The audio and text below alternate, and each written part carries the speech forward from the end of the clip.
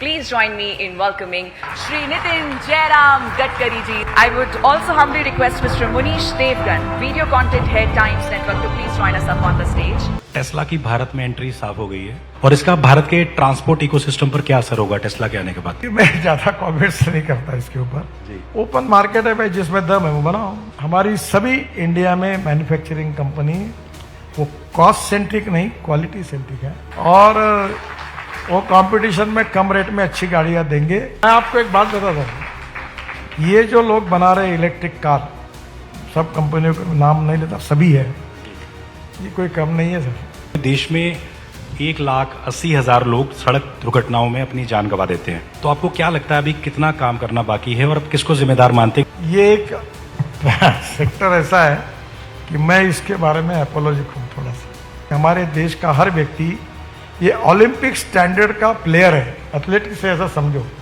और रोड के बीच में ऐसा बच्चों को लेके वो महिला ऐसे कूद के जाती है। सर, अभी आपने तीर्थ यात्रियों के लिए एक खुशखबरी दी कि कैलाश मानसरोवर जाने के लिए अब आपको चीन और नेपाल नहीं जाना होगा। हमने ये नेपाल और चाइना बॉर्डर तक एक रोड बनाने का काम हाथ में लिया है, 85% पूरा हुआ है। और इसे गुड़गांव वाले के भी ट्रैफिक का दर्द आप कम करने वाले हैं, ऐसा पता लगा? ये जो रोड बनेगा तो ये तो बहुत कठिन है, ये जो धोला कुआ टू मानेसर अंडरग्राउंड टनल बनाकर डायरेक्ट गुड़गांव के बाहर निकले ताकि ये डायरेक्ट ट्रैफिक जा सके, क्योंकि दिल्ली से गुड़गांव आने जाने वालों का ट्रैफिक का दर्द कम करने की बड़ी बात। वैसे गुड़गांव का प्रॉब्लम पूरा दूर नहीं होगा, पर एक 6 महीने के अंदर 40-50% कम हो जाए। मैं अब ये कहता हूँ कि 2 साल के अंदर हमारा हाईवे नेटवर्क अमेरिका से भी अच्छा होगा। भारत में लाखों लोग मेरे जैसे इलेक्ट्रिक कार खरीदना चाहते हैं, तो चार्जिंग इंफ्रास्ट्रक्चर पर गडकरी जी क्या क्या काम हो रहे हैं, क्या क्या कदम उठाए जा रहे हैं? जितनी कार आज मार्केट में आई है जी, उसकी रेंज 450 किलोमीटर तक है। अब 6-7 महीने में मुझे लगता है कि इलेक्ट्रिक कार और पेट्रोल डीजल कार की कीमत सेम होगी। फ्यूचर में ये जो बायो फ्यूल है पेट्रोल डीजल से कितना सस्ता हो सकता है? अब इथेनॉल का रेट 60-65-70 रुपये है, पेट्रोल का 120 रुपये है, और ये गाड़ी जो है वो 60% बिजली तैयार करती है अपने आप। एवरेज के दूसरी से तुलना करेंगे तो 25 रुपये लीटर आता है।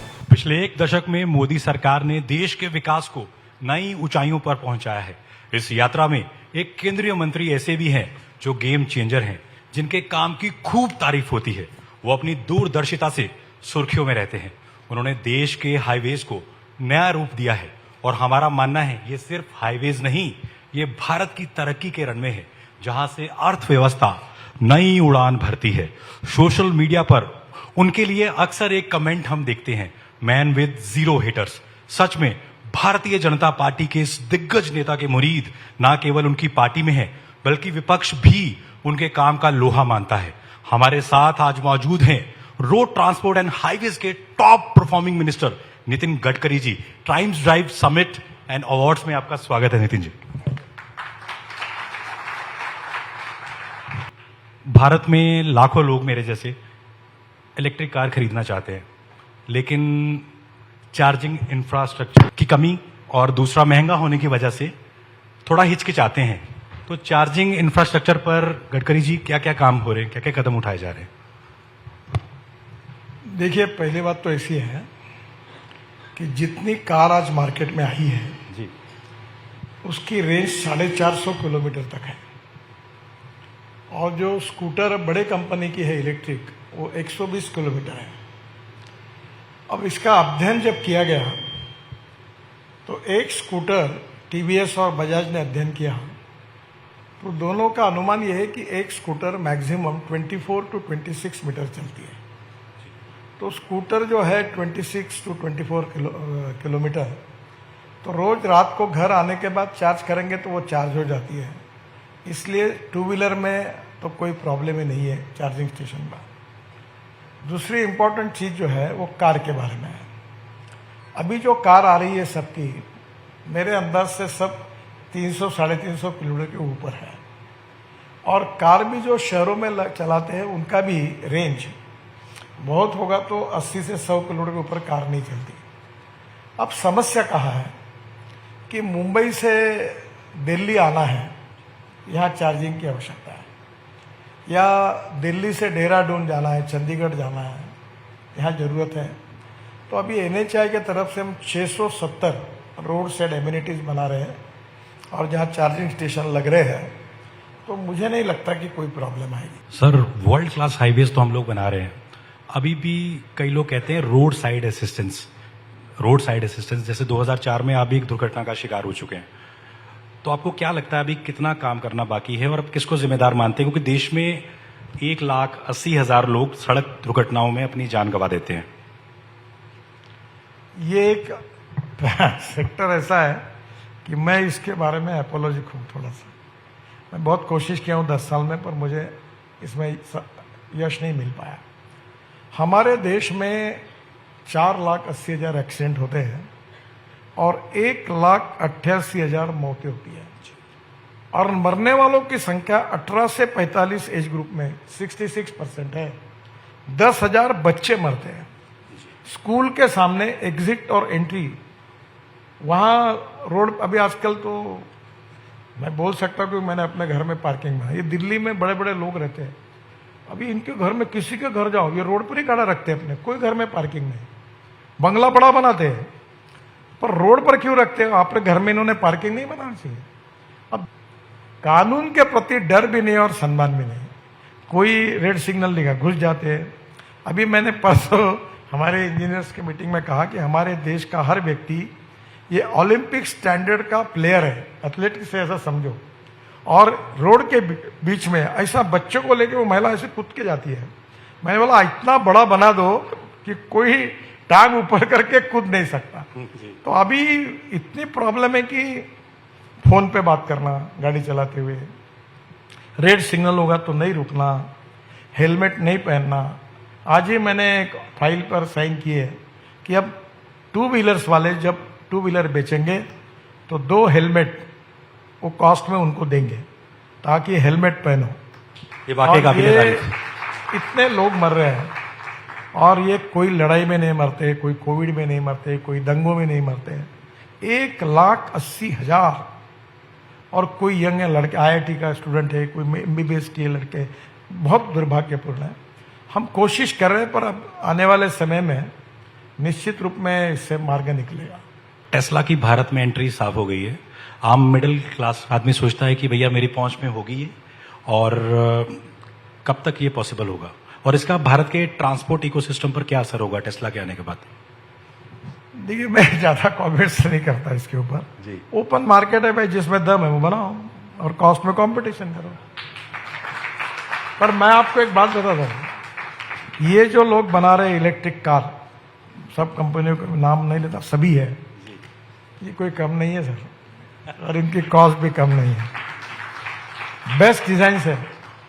अभी आप देखोगे कार के डिजाइन्स, एक जमाना ऐसा था कि मैंने एक कार मालिक को कहा था, कंपनी वाले को, कि तुम्हारे गाड़ी के साथ अमृतांजन की बोतल भी देते जाओ एक, ताकि इतने उड़ती है। पर अब हमारी सभी इंडिया में मैन्युफैक्चरिंग कंपनी वो कॉस्ट सेंट्रिक नहीं, क्वालिटी सेंट्रिक है। मेक इन इंडिया सर यही है, बहुत अच्छी बन रही है और वो कंपटीशन में कम रेट में अच्छी गाड़ियां देंगे।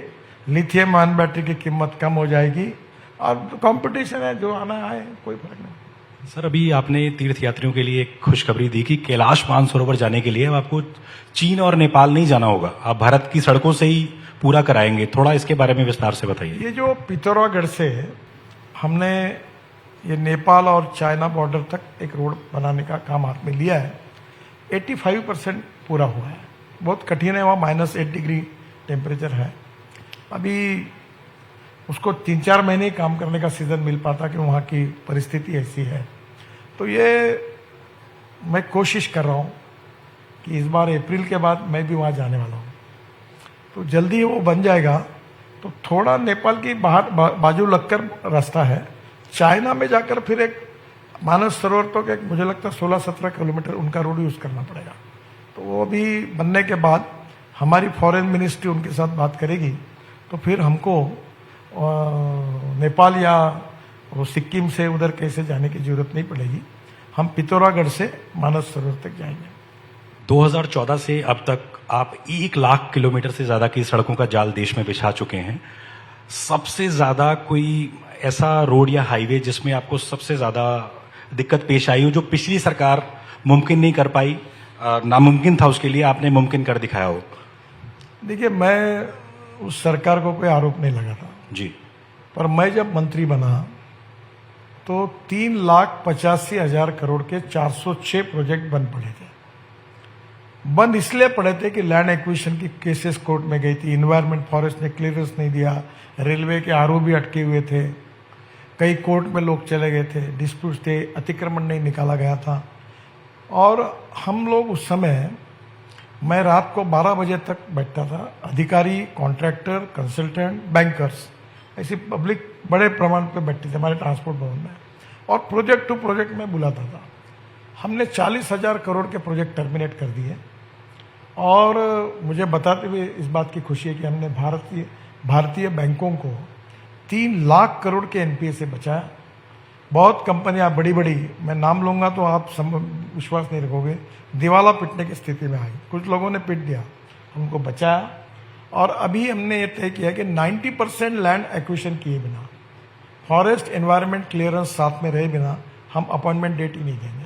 अभी वो प्रॉब्लम नहीं है, बहुत कम है। अंडरग्राउंड टनल बनाकर डायरेक्ट गुड़गांव के बाहर निकले ताकि ये डायरेक्ट ट्रैफिक जा सके, क्योंकि दिल्ली से गुड़गांव आने जाने वालों का ट्रैफिक का दर्द कम करने की बड़ी बात बोली। वैसे गुड़गांव का प्रॉब्लम पूरा दूर नहीं होगा, पर एक 6 महीने के अंदर 40-50% कम हो जाएगा।